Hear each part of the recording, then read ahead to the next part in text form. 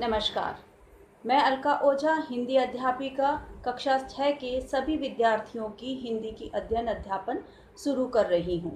आप सभी बच्चों ने रोली पुस्तक खरीद ली होगी। मेरे इस वीडियो के साथ अपनी रोली पुस्तक खोल करके रखें और प्रथम अध्याय निकालें। प्रथम अध्याय एक कविता है जिसे गजेंद्र सिंह सोलंकी जी ने लिखा है। गजेंद्र सिंह सोलंकी जी इस कविता के माध्यम से हमें क्या शिक्षा दे रहे हैं, हम पढ़ेंगे और समझेंगे। कलश अपने आप चमकेगा। कविता का शीर्षक है कलश अपने आप चमकेगा। इस कविता के माध्यम से गजेंद्र सिंह जी ये समझा रहे हैं कि हम सब जब मिलजुल करके कार्य करेंगे तो अपने आप एक नया काम, नई उम्मीद निखर के आएगी। बन सको यदि मित्र, नींव के प्रस्तर बनो।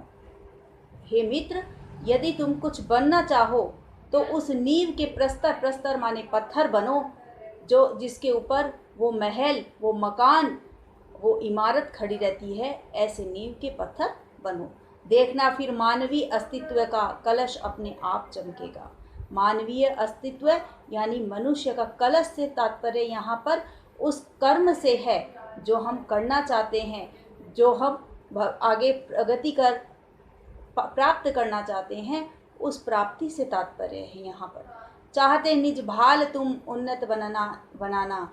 निज भाल, अपने मस्तिष्क को यदि तुम उन्नत बनाना चाहते हो तो फिर मिलजुल करके कार्य करो।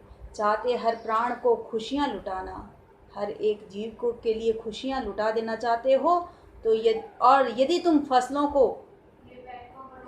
को पास लाना, यानी जो दूरियां हैं एक दूसरे के भीतर, हम जैसे मानव में ही दूरियां पैदा कर देते हैं एक दूसरे के साथ, उन दूरियों को कम करने के लिए यदि तुम प्रयत्न करते हो और पीर में हिस्सा बनना चाहते हो, दूसरे की पीड़ा बांटना चाहते हो, तो उठो, देखो उधर अटकी पड़ी है। हे मनुष्य, उठो और अटकी पड़ी जानवी सिमटी जटाओं में। जानवी माने धरती उन जटाओं में सिमटी पड़ी है। जटाओं से तात्पर्य कि आपसी रंजिश में, ये मेरी है, ये तुम्हारी है, ऐसी रंजिश में जो सिमटी पड़ी है, उस रंजिश को मिटाओ और वसुधैव कुटुंबकम का पाठ पढ़ो, सीखो कि सारी वसुधा, सारी धरती हमारी है। यदि हम ऐसी भावना मन में लाएंगे तो जरूर प्रगति कर पाएंगे। पहचानो स्वयं को, विस्मृति न हो। अपने आप को पहचानो और उसको भूलो नहीं। तुम सगर के पुत्र हो अमर। हम सब किसके पुत्र हैं? सगर जो एक महर्षि थे, उनके हम सब पुत्र हैं। हिम्मत न हारो कदापि। हमें हिम्मत नहीं हारनी चाहिए। जीत तुम्हारी होगी तथापि। यदि हम हिम्मत नहीं हारेंगे तो जीत हमारी निश्चय ही होगी। हाँ, एक होकर बन भागीरथ, तुम लगाओ जोर।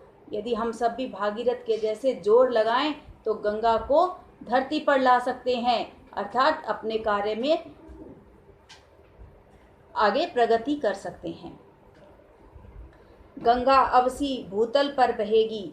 गंगा जिस तरह भागीरथ की मेहनत से भूतल पर, जमीन पर आके बहने लगी, हम भी यदि मेहनत करें तो अपने प्रयत्न में सफलता प्राप्त करेंगे।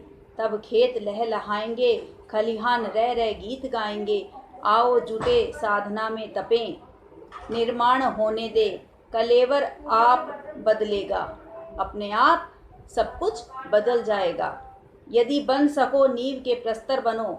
यदि बनना हो तो उस नींव के, अर्थात जहाँ से कार्य की प्रगति होती है, जहाँ से कार्य की शुरुआत होती है, हम उसे शुरू कैसे करें? प्रथम पैर हमारा कहाँ हो, हम प्रथम कार्य कैसे करें, वहाँ से शुरुआत करो और मिलजुल कर करो, अवश्य ही प्रगति हम प्राप्त करेंगे। ऐसी हमें गजेंद्र सिंह सोलंकी जी प्रेरणा दे रहे हैं इस कविता के माध्यम से। तो हमें इस कविता को जरूर सीखना और पढ़ना चाहिए। इस कविता को आप लोग अपनी अपनी अभ्यास पुस्तिका में शब्दार्थ भी लिखेंगे और बहुविकल्पीय प्रश्नों के आंसर भी देंगे। इसके अतिरिक्त मैं अगले वीडियो में आप सभी से प्रश्न उत्तर सिखाऊंगी और लिखवा भी दूंगी। जब तक के लिए धन्यवाद।